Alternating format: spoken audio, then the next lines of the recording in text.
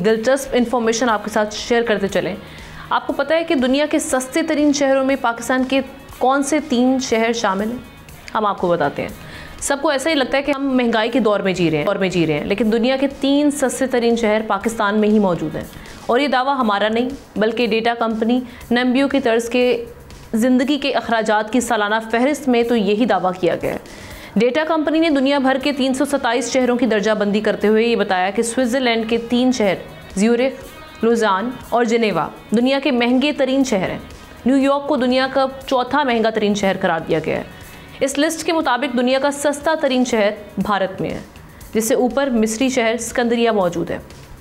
और इस लिस्ट में जिंदा दिलान का शहर लाहौर तीसरे और शहर कायद कराची चौथे सस्ते तरीन शहर में है, जो ज्यूरिख के मुकाबले में 85% सस्ते हैं।